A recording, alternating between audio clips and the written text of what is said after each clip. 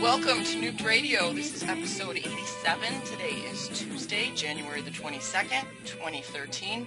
I'm your host, Christina Consolo, and with me today is Jules. That was a close one, Jules. Yeah, I just caught that. Sorry. We almost had someone who wasn't going to be aware they were on air. How are you today? I'm doing good. You know, there's a lot of problems, though, that I'm seeing from people on Facebook and some of the forums posting that AT&T U-verse is down. Lots of people having problems with their internet today. I had problems with my internet last night, and I was right in the middle of, working on a project for the 2-year anniversary of Fukushima. So, thankfully, I didn't lose any of my stuff. But hopefully, fingers crossed, everything will go smooth and we won't get cut off or anything. Yeah, well, right before we went on air, I just lost all internet on my other computer, and that is from 2 separate networks, 2 wireless routers, as well as a wired connection. There is no internet connection at all. But my other machine that we're talking on and broadcasting on right now, sitting right next to it, works just fine. Good.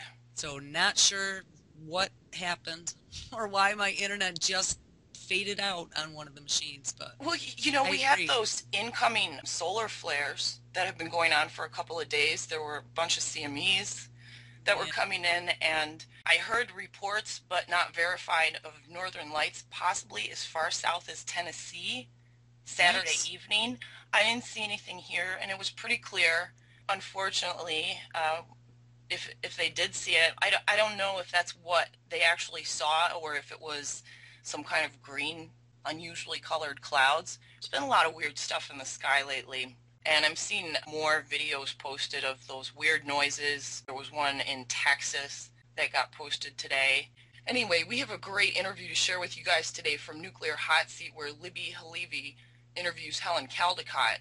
And you may remember Libbe. She donated her voice talents for the nuclear bedtime story that I did 2 months ago. The podcast can be found on the Nuclear Hotseat website. I'll drop you guys a link. But before we get to that interview, we have some news to go over. There's been a lot going on at the sinkhole this weekend. Jules, I don't know if you followed any of this.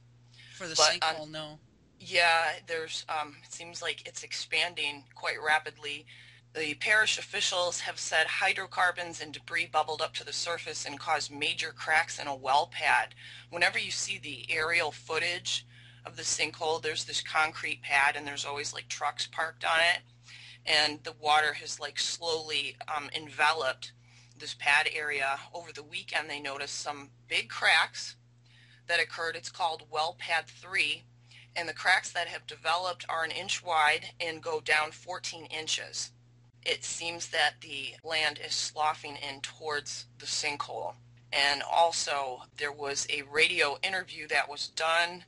Let's see here. This was reporter David Blake from WWL Radio. Concern about 8.5-acre sinkhole is ramping up after it burped up over the weekend. When the sinkhole burps, it sends crude oil and debris into the air. John Bedreau, who is the director of the Assumption Parish Homeland Security, said that there is concern about the sinkhole expanding. It's showing signs that it may not be finished growing, and it may grow an additional amount.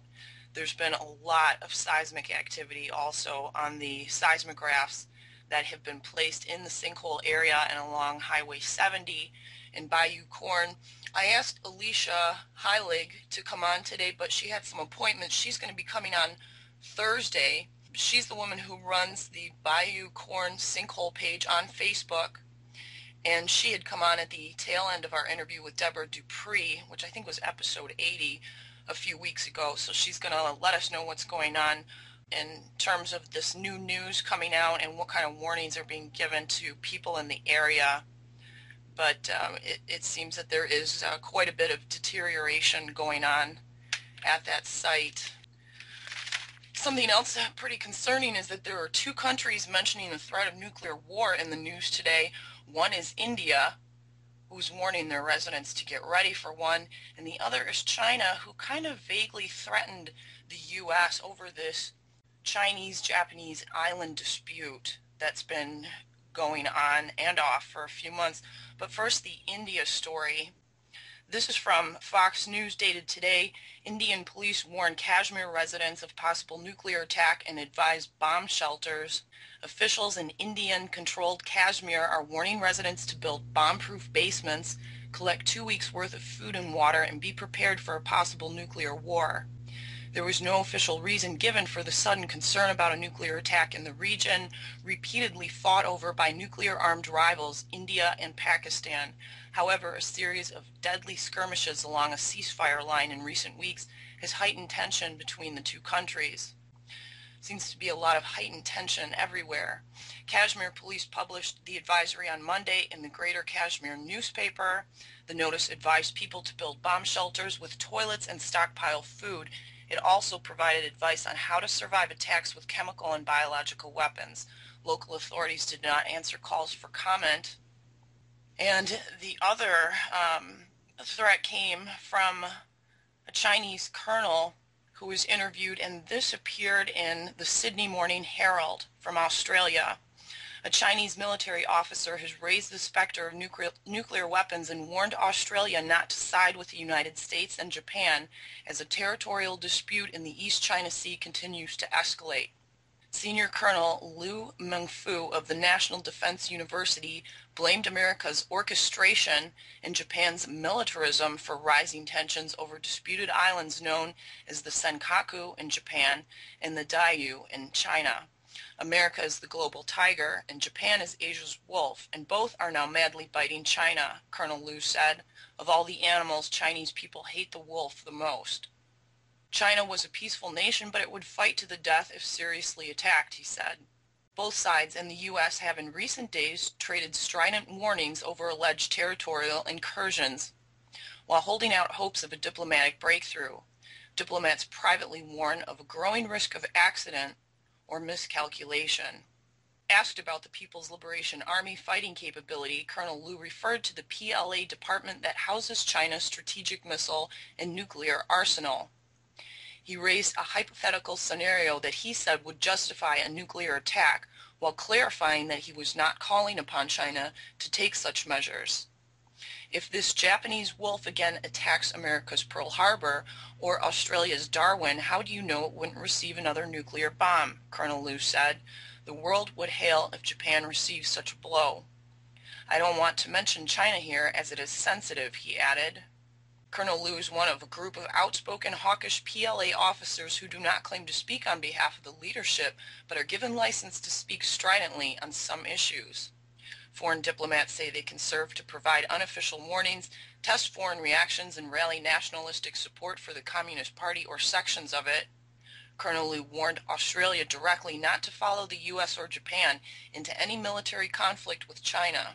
He said Australia should play the role of a kind-hearted lamb, and China would discourage it from being led astray. America is not at its dawn and not at its zenith, Colonel Liu said. It is at its sunset, and night is coming. To update the hostage situation in Algeria, there was a failed rescue attempt that happened, I believe, Thursday afternoon. So far, the dead totals 37 foreign hostages, 29 Islamic terrorists, 1 Algerian driver at the plant. Foreign hostages confirmed dead so far include 7 workers from Japan, 6 from the Philippines, 3 each from Britain and the United States, 2 from Romania, and 1 from France. 5 people are still missing. 3 Japanese are missing. 5 Norwegian employees are missing. 3 Britons and a Colombian who lived in the UK. 4 Filipinos and 2 Malaysians. And living are 3 kidnappers and 685 Algerian plant workers that were freed. There were also 107 foreign workers freed. Sounds like some bad stuff went down there, and the U.S. may be sending troops to all African countries because of this situation and political unrest. That story is developing. Now, there were 2 nuclear events. One was a hazmat situation in the UK. This was posted last evening. Firefighters have sealed off a section of Chanter Herald County Park in Hamilton after a container marked as holding radioactive material was found. The 5-inch diameter black drum was found in the South Lancashire Park around 13:30 on Monday. Fire and Rescue has sent an environmental protection unit, and a scientific advisor and hazardous material officer found no evidence of beta or gamma particles. They are currently checking for alpha particles. And the other event was closer to home, nuclear event in USA. This was posted, 3:51 a.m. Pilgrim Station technicians are investigating what caused a leak in the safety relief valve, prompting operators to shut down the Plymouth nuclear plant early Monday morning. Plant officials said operators investigated a minor leak associated with a pilot valve on one of the plant's 4 safety relief valves. Now, I hope this isn't another computer virus that may be infiltrating their systems, because that's what it attacks, is the water valves. Also, there's a story of a plan to import 20,000 tons of Italian nuclear waste into Utah, which was approved by the U.S. government. I'll drop that link into chat for you guys and share it with anyone you know that lives in Utah. If we have time after the interview, we will go over some of the other Any News headlines. There's a report of radioactivity levels rising at Unit 2 in Fukushima, and this has been going on since November. And Reuters is also talking about a very strong gas odor over Paris and large areas of western France coming from a chemical plant today. Very strong odor of diesel fuel. That situation is still being updated. And now to the interview, Nuclear Hotseat number 83 with Dr. Helen Caldicott. Dr. Caldicott talks for the first time about her March 11th and 12th symposium, The Medical and Environmental Consequences of Fukushima, a watershed event for our movement involving doctors, scientists, and researchers from around the world. She explains how she became an anti-nuclear activist while still a teenager, and how she founded 3 of our most important organizations. She also offers insight on how to make our activism even more effective. This is a great interview. I will drop a link into chat and post it under the video when it gets uploaded to YouTube. And when we come back after the interview, we're going to talk a little bit more about activism with the 2-year anniversary of Fukushima upcoming. That is the sound you never want to hear. It is the sound of a warning siren going off at a nuclear power plant. But whether you can hear that sound or not, we are all in the Nuclear Hotseat. Welcome to Nuclear Hotseat, the weekly podcast keeping you up to date on all things anti-nuclear. My name is Libbe HaLevy. I'm the producer and host, as well as a survivor of the nuclear accident at 3 Mile Island. So I know what it looks like when the experts get it wrong. Today, I am thrilled to bring you an interview with Dr. Helen Caldicott, an anti-nuclear activist for over 40 years and one of our greatest leaders. She'll offer words of advice for activists intent on making a difference, as well as a rundown of the mind-blowing roster of international experts she has assembled for the March 11th through 12th Symposium on the Medical and Ecological Impact of Fukushima. Big stuff. That interview will be coming up in just a few minutes. Today is Tuesday, January 15, 2013, and here is the week's nuclear news. First, a correction. Last week, Nuclear Hotseat led with a story about a possible nuclear accident in Iran that had 1.5 million people evacuating from the city of Bushehr and posed a threat to water desalination plants, oil fields throughout the Middle East, and the U.S. fleet stationed in Bahrain. But since that first set of alarming reports, nothing further has been heard. No international spikes in radiation, no hordes of evacuating Iranians, no panic in the oil fields. We now believe this story was disinformation, either accidental or intentional, but still, it was wrong. And our apologies for passing it along to you as if it were true. Now for some verifiable news. A 300-ton reactor vessel bound for Plant Vogtle was stranded in South Georgia this week after a malfunction with the specially designed rail car moving the nuclear component from Savannah to Burke County. A December 15 attempt to move the vessel by rail was aborted after it traveled less than a mile aboard a specially designed transport car. It traveled just a quarter of a mile, never going more than 2 miles per hour, with people walking along it the entire time, when the platform that contained the reactor vessel during transport became misaligned with the rail car. Joey Ledford, a spokesman for the U.S. Nuclear Regulatory Commission, said, "It was fully contained in shrink wrap and there was no damage, not even to the shrink wrap itself." Doesn't that just beat all? The bubble wrap didn't even pop. The steel vessel, which weighs more than the Statue of Liberty, was built in South Korea and took 3 years to complete. No word if it will be remaindered to the nuclear industry's Ding and Dent Center. As you may be aware, Arnie Gunderson of Fairwinds.com, Fairwinds Energy Education, is now presenting a weekly podcast with his perspective on the nuclear issue. We will be linking to it on our website. But among the issues that he raised this week were that repairs at 4 nuclear reactors are so expensive that they should not be restarted. Arnie said, Duke Energy is seriously considering pulling the plug on the Crystal River nuclear plant. A financial analyst from a firm called Fitch says that the Crystal River plant will likely be closed because Duke can't make economic sense out of it. Last week, we had a financial analyst at UBS suggest that Vermont Yankee didn't make economic sense. We have Kewaunee, which is shutting down in the Midwest because of financial reasons. So the dominoes are starting to fall. Another item for Arnie. At the Fort Calhoun plant, in case of an upstream dam failure, we are looking at 35 feet more water than there was in the flood 18 months ago. This was the flood, to remind you, that so threatened the nuclear power plant that the only thing protecting it was an 8-foot-high inflatable berm that at one point deflated and allowed flooding of the facility. Back to Arnie. He says, Dr. Bernard Shanks has said that if an upstream dam were to fail, it would cause a flood of biblical proportions. These plants are not designed against biblical floods. These plants were right at their limit 2 years ago. According to Dr. Shanks and many other geologists and hydrologists, the condition of the upstream dams is suspect. And finally, Arnie examined a new proposal by the Department of Energy, which is total numbnuts, because apparently they are suggesting that companies be allowed to melt radioactive scrap metal and reuse it in consumer goods like knives and forks.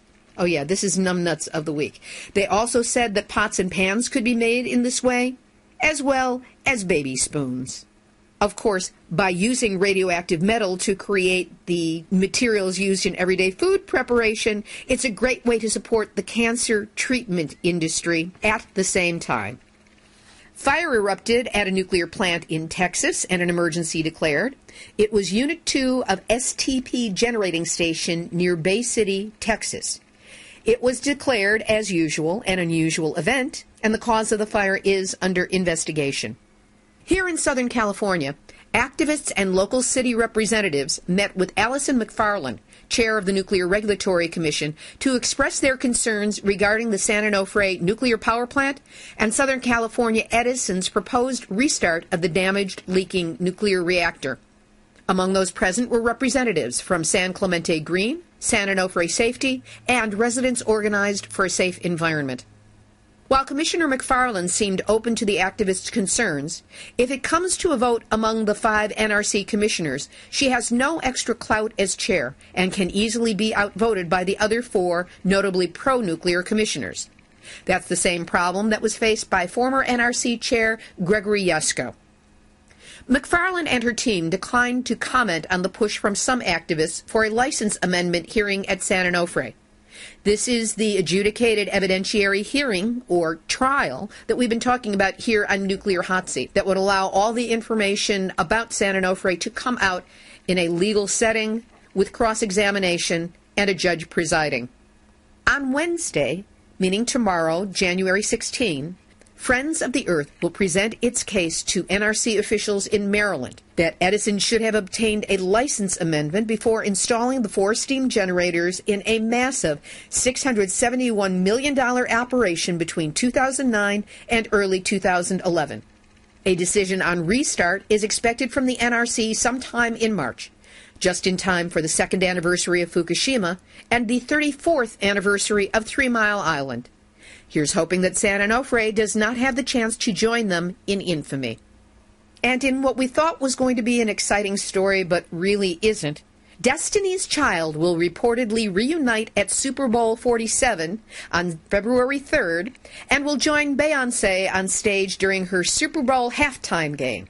They will perform a new song called Nuclear. Initial excitement in the anti-nuclear community evaporated upon listening to the song because it has nothing whatsoever to do with nuclear issues. It simply co-opts the word into a pop, schlock, yawn fest, much like the song Sexual Healing co-opted that phrase from the incest survivor community. For a relevant anti-nuclear song, stay tuned to the end of Nuclear Hotseat, where we will go out with What Part of Fukushima Do You Not Understand? Moving over to Japan, the Miyagi prefectural government announced that cesium levels in rice grown in Kurihara has been found contaminated with up to 240 becquerels of cesium per kilogram. The limit in Japan, the acceptable limit in Japan, is 100 becquerels of cesium per kilogram. The prefectural government announced that it will prevent nearby rice farms from shipping their produce to the markets for sale. Of course, it is still safe to export that rice to the United States because we allow up to 1,200 becquerels per kilogram of cesium in our food. Always check the source of the rice that you are buying. Fukushima City is not sticking to its plans to decontaminate homes, if such a thing is even possible. In areas where the annual radiation level is 1 millisievert or higher, the central government provides subsidies for decontamination work conducted by the municipality. Almost the entire city of Fukushima has radiation levels that call for such subsidies. About 90,000 households are eligible for such decontamination work, but so far it has been completed only on about 4,000 households. And of course, there is no provision for help with recontamination from blowing dust, cedar pollen, and ongoing radionuclides in the environment from Fukushima Daiichi. Cracks have been found in the spent fuel rods at Hamaoka nuclear power plant. Chubu Electric determined that water had infiltrated the interior of the fuel rods through the holes, which made the entire strength of the fuel rods weaker. This led to cracks that appeared in the spent fuel rods. The utility assumed that the tensile load endured by the fuel rods when the fuel was removed for safety inspection may have contributed to the cracking damage. Fukushima's 65-year-old governor, Yuhei Sato, has been hospitalized since Sunday due to bleeding colon diverticulum, the prefectural government said on Monday. He is expected to remain under treatment for 7 to 10 days, according to the prefectural government. Note that these are some of the same symptoms that were faced by U.S. sailors who are suing TEPCO over exposure to radiation in the wake of Fukushima. Bleeding from the rectum is a trait associated with radiation exposure. And the final layer of steel framing for the cover on Fukushima has finally been installed as of today, January 14, 2013. It only took them close to 2 years. I could not be more proud of this week's interview. Dr. Helen Caldicott is originally a pediatrician who has become one of, if not the leading anti-nuclear activist in the world. For more than 4 decades, she has led the fight against all aspects of the nuclear debacle. I am honored to have interviewed her from her home in Australia about many aspects of nuclear history and the issues involved, as well as information on the extraordinary 2-day international symposium she is producing, The Medical and Ecological Impact of Fukushima. Heavy hitters from all over the planet will be attending and sharing the scientific truth about what happened and what we continue to face. We had some technical problems, as you might expect of Skype when working across 19 time zones and the international dateline, but you'll be able to hear it all. Dr. Caldicott, welcome to Nuclear Hotseat. Thank you. Let's get a little bit of background so we can understand how you got into the nuclear issue to begin with. You were a successful pediatrician in Australia, and here in the U.S. you had quite prestigious positions on the staff of Children's Hospital Medical Center in Boston, and you taught pediatrics at Harvard Medical School. What originally drew you into the nuclear issue? Well, I've actually been in it ever since I was about 16 and read a book called On the Beach by Neville Shute, which was about a nuclear war that occurred by accident in the Northern Hemisphere. And gradually the radiation came down to Melbourne, which is where I lived. And in the end, everybody died.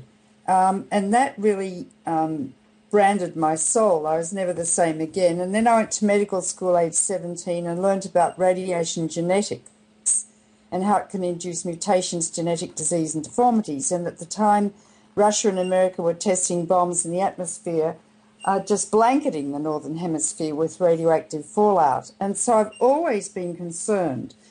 But really I got politically involved when I led the movement in Australia in 1971 against French atmospheric tests in the Pacific Ocean, and we were getting a lot of fallout in Australia. And that movement led to the International Court telling France that it shouldn't test, and so France was forced to test underground. So I saw how a democracy can be used just purely by educating people about the medical dangers of radiation and fallout. So that was and then I also led the movement in Australia in 75 against uranium mining by talking to the workers and telling them how dangerous it was, both for themselves, their children, and what happened to it when it's exported and put in nuclear power plants. So that's a little bit of my background. And that was simultaneous with your training and then going into pediatrics? Yes, I did the whole thing simultaneously. In fact, I did the French test issue while working 80 hours a week as a pediatric intern at the Adelaide Children's Hospital. So when people say they haven't got time, you've always got time if you have passion in your soul about an issue. How did 3 Mile Island impact your actions involving nuclear here in the States?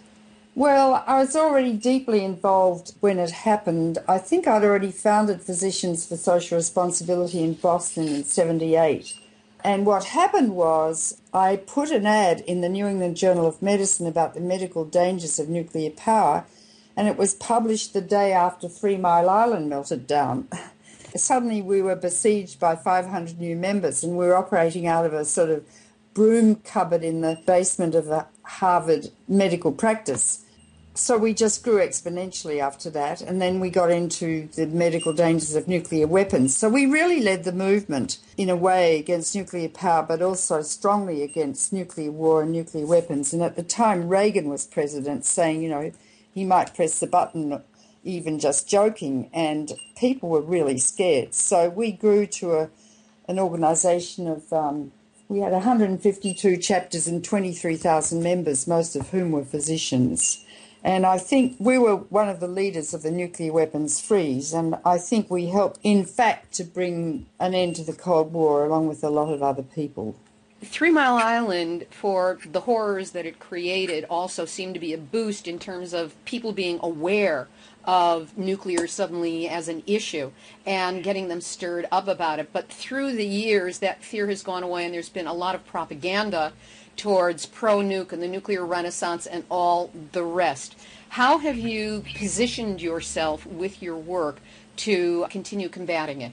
Well, I've just continued with my educational efforts about the medical dangers of nuclear power and nuclear waste and nuclear accidents.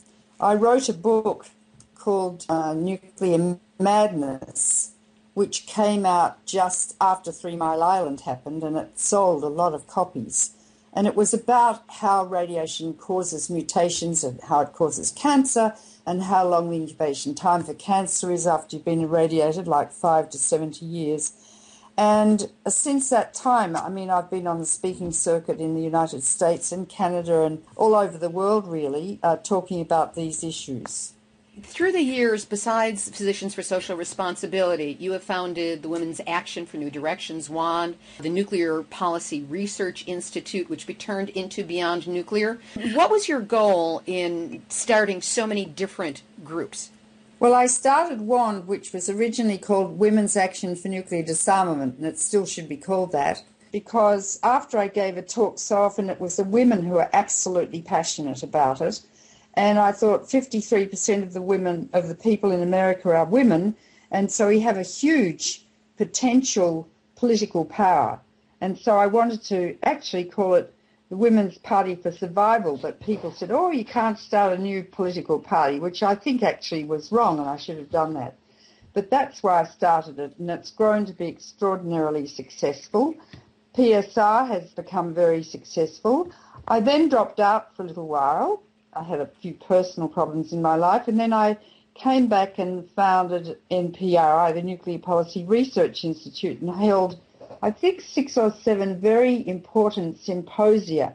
One called 3 Minutes to Midnight about the impending threat of an accidental nuclear war, which still exists. One called Global Warming and Nuclear Power, and from that conference a book was written called Carbon-Free, Nuclear-Free by Arjun Makajani, showing that America could be carbon-free, nuclear-free by 2050, but in fact it's probably more like 2030. And we held one called Nuclear Weapons in Space, called War in Heaven, and a book came out of that symposium called War in Heaven. And so I did that, and then I got tired and sick of raising money, because that's what you have to do when you have non-profit organisations. And I gave my 501c3 to my very close friends who took the non-profit 501c3 and founded Beyond Nuclear, which is really an offshoot of NPRI. Then after a while, I've had someone who's been wanting me to do a radio program, and I said no because I can't raise the money, but suddenly money fell into my lap, and so I've had a radio program for 4.5 years on Pacifica and allied networks called If You Love This Planet. And I did 196 programs interviewing some of the most important scientists in the world. I've just ended that because I couldn't raise the money, but now I have another organisation called the Helen Caldicott Foundation, because people said, why don't you call it after yourself because you're a brand? And I thought, that's silly, but I did.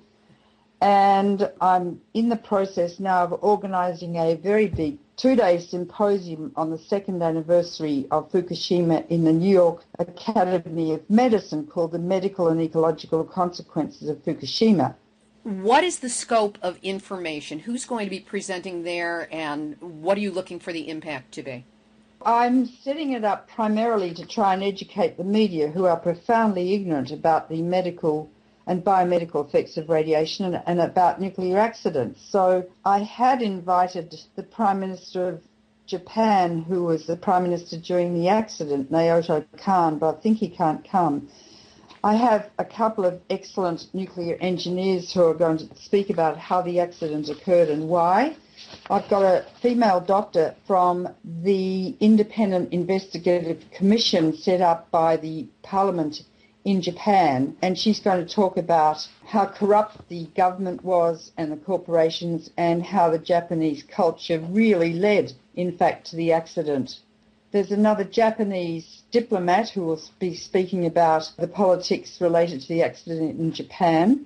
And then someone else is speaking about the severe contamination from cesium and other isotopes in Japan. Then another doctor from the Woods Hole Oceanographic Institute is going to speak about the ocean contamination from massive amounts of radioactive material being spilt and still being emptied into the Pacific Ocean. Another wonderful evolutionary biologist who will be speaking about what's happening to the wildlife in the exclusion zones of both Chernobyl and Fukushima. and there are many mutations and abnormal insects and birds that they're finding, and that should be then applied to human beings. There's another wonderful Polish expert in thyroid abnormalities in children. He's going to speak about the fact that over 100,000 children less than 18 have been examined by ultrasound in Fukushima, and about 37.5 of them have thyroid lesions, and some are already developing thyroid cancer. Alexei Yablokov, who was the lead author of a wonderful report on Chernobyl for the New York Academy of Sciences, is going to come. Another man is going to speak, Dr. Wojciechowski, about very severe congenital defects associated with Chernobyl in a town where the people eat the local food and mushrooms, which is very radioactive. I've got a man, Dr. Herb Abrams, who is on the BEAR 7 Report Commission for the National Academy of Sciences. So I really do have a very comprehensive list of speakers, including another one who's going to speak about how women and female children are much more sensitive to radiation than men. So I think people will learn an enormous amount by attending the symposium, but mainly I want to attract the national and international press to try and educate them about the basics of radiation biology. That's an astonishing list that you just gave, and comprehensive, and it sounds like you're going for the world experts whose credentials cannot be cut out from under them. Absolutely, yep. So if people wish to attend this, we'll get on to the media in a moment, but if people want to learn more about this and if they wish to attend it, how can they go about doing this? Where can they get the information? They can go to my website at nuclearfreeplanet.org, and there is information about the symposium and a registration form. And I think the sooner they get in, the better. It's $60 to register, and that means 2 days of wonderful expert knowledge being distributed and 2 very nice box lunches on each day. And you'll have a chance to talk to each other and learn from each other and from the speakers. Is there a limit to the number of people who can be handled by the venue? Well, we've got a room for 300, which is pretty big because it's 2 weekdays, but we can probably move to another room of 500. So I think we're covered in terms of space. And will this be live streamed at all or made available over the internet? Yes, the symposium will be live streamed, and shortly there will be information about that on the web page. You said you want to make connection with the media and try and convince them to cover the issue more thoroughly. How has the media outreach been going so far? Well, we've only just started. We've hired PR people, and they are about to begin working on it. It's still 2 months away, so we will be sending a press release out very shortly, and there will be extensive follow-up. So that's where we stand at the moment. And I would just like to suggest to any listeners of Nuclear Hotseat that if you have contacts in the media, to let them know that this is happening so they have a shot at covering it. They can go to their editors, they can go to their assignment editors. You know, you've been dealing with this issue for so many years now. Are there times when you look at it and you feel a sense of despair or hopelessness?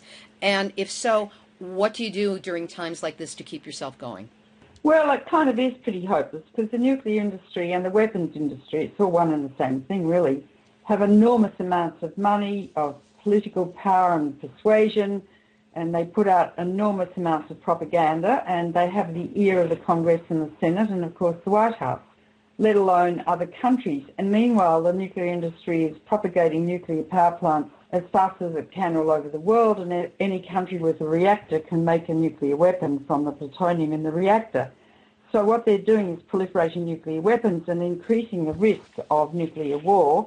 And of the 20,000 nuclear weapons globally now, Russia and America own 97% of them. So unless those two nations behave responsibly and start to disarm immediately, I'm afraid that lateral proliferation could trigger a global holocaust between those two nations, either by computer error or mistake or human error or whatever, and that is clearly outlined on the website nuclearfreeplanet.org.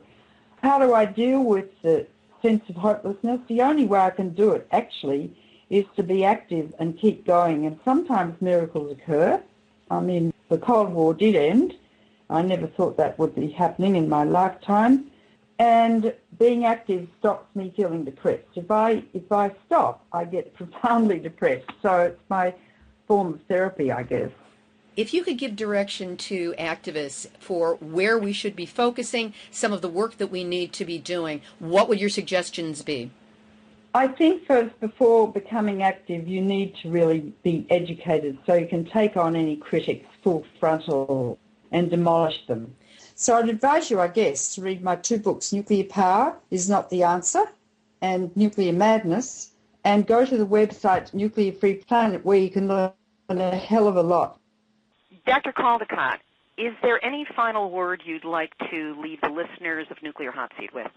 Yes, I think that it's imperative that people who are deeply concerned about all things nuclear learn as much as they can about the medical effects of radiation, the biological effects. And I have written 2 books specifically in that area. One is called Nuclear Power is Not the Answer by the New Press, and the other one is Nuclear Madness, What You Can Do by W.W. Norton. If you read those 2 books, you'll know more than anyone who's interviewing you. You'll know more than the people at the nuclear power stations or the NRC, because they don't understand radiobiology. So once you're armed with the facts, then you'll know what you have to do. No one's ever told me what to do. I just kind of know as I learn more, and I do it. And again, with the symposium coming up in March, for March 11th and 12th, how can people learn more about it, and how might they participate? We welcome people from all over the country, academics and politicians, but particularly members of the public who are deeply concerned about their adjacent reactors. You can go to the website nuclearfreeplanet.org. There's a registration form there and description of the conference. I have some of the leading scientists, physicians, radiobiologists in the world who are coming, and some people from Japan who are deeply involved in the accident. So I think you'll find it absolutely fascinating. And on the other side of the symposium, how do you hope it's going to move our movement forward? How might we be able to continue to use this information to boost our presence? Well, it's a good question, but the New Press plans to transcribe all the speeches and turn it into a book. So the information will be available. I'm not sure if we can put it up. It's going to be live streamed throughout the world. I'm not sure if we can put it up on YouTube. I have to ask the New Press for their permission, and they may not want that. But certainly you'll learn so much. You can take notes, and it will be available soon in book form. Dr. Caldicott, on behalf of all of us in this movement and all of the people who aren't in the movement but deserve to be, I want to thank you for your decades of dedicated work on this issue, all you have done and all you continue to do for all of us and for the planet. Thank you very much, Libbe. I appreciate your interview. You're a very good interviewer. Thank you.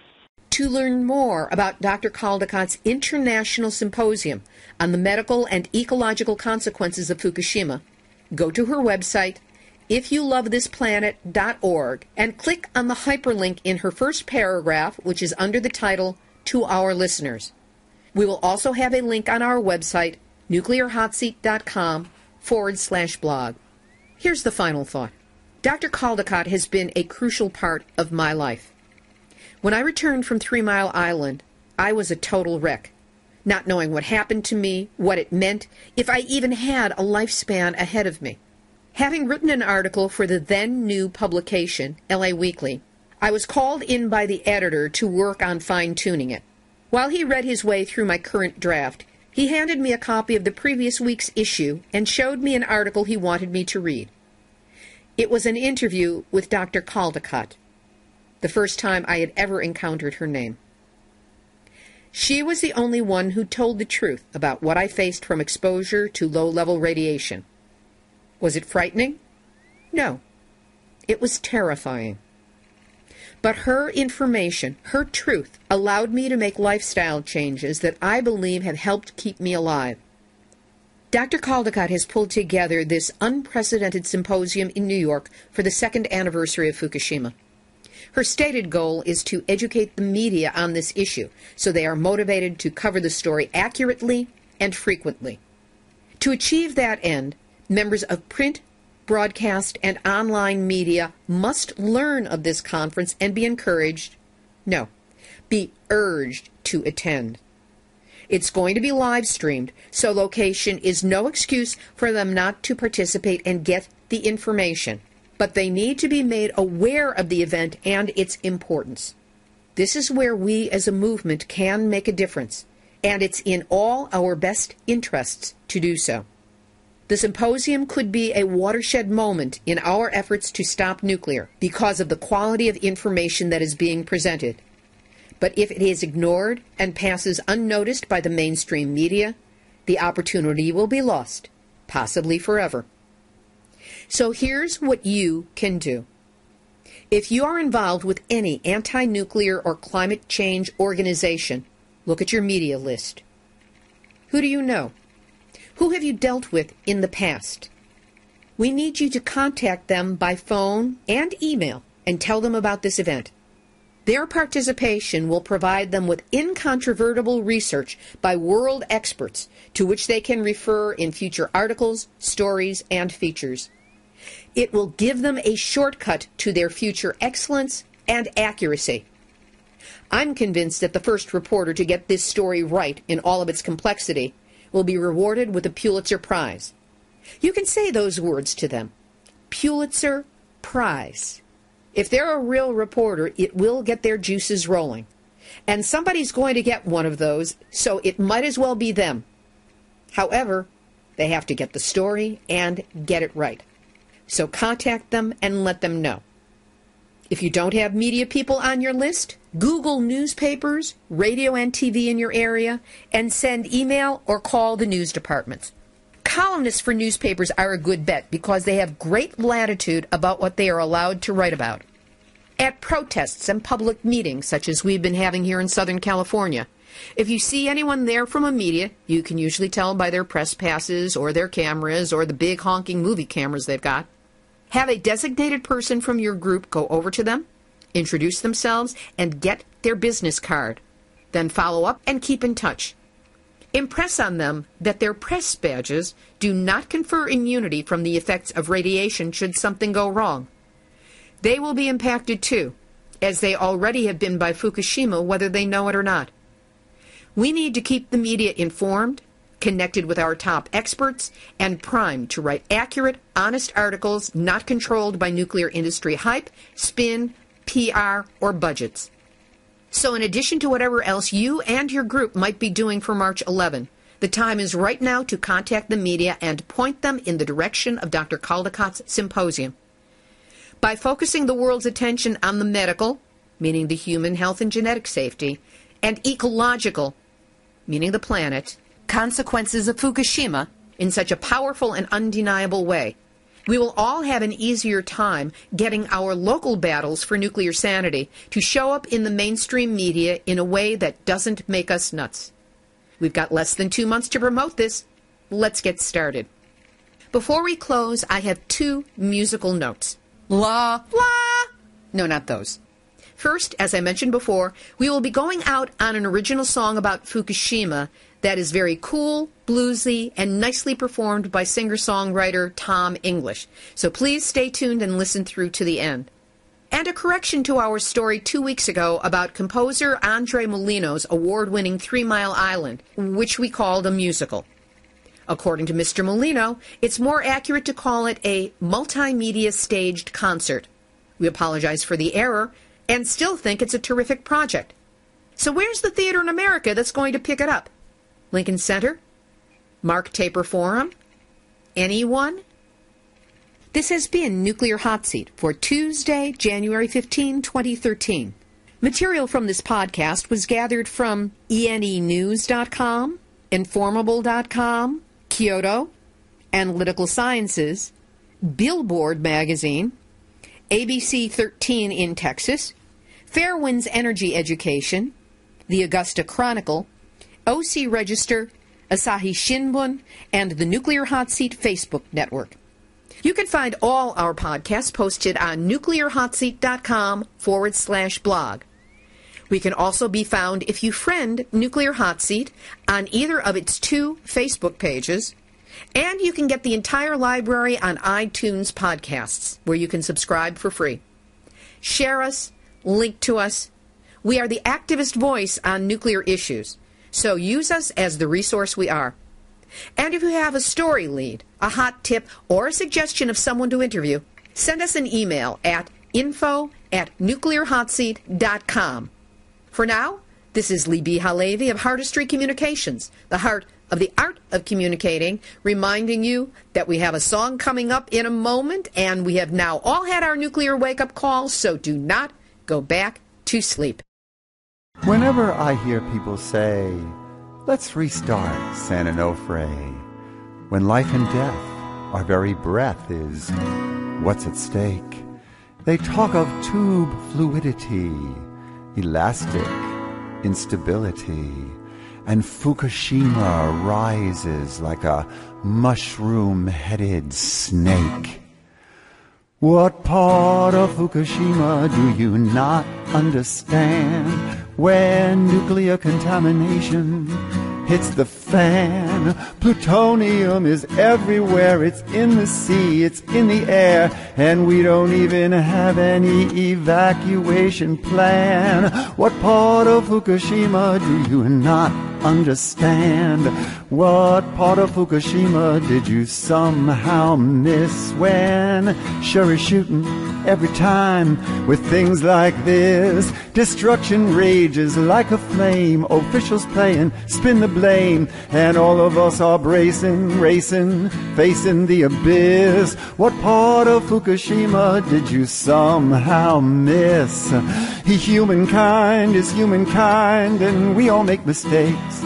Hard sometimes to not be blind and fall for fakes.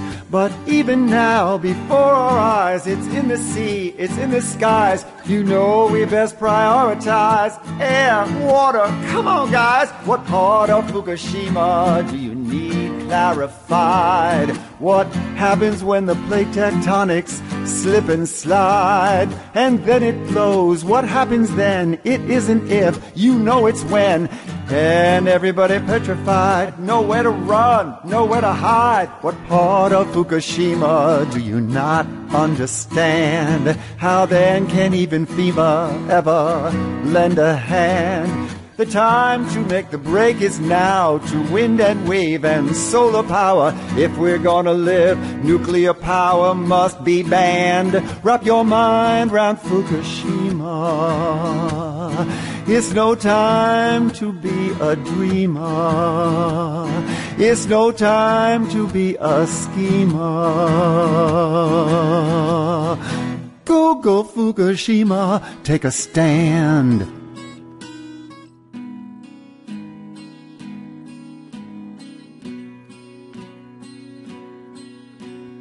Words are flowing out like endless rain into a paper cup. They slither wide.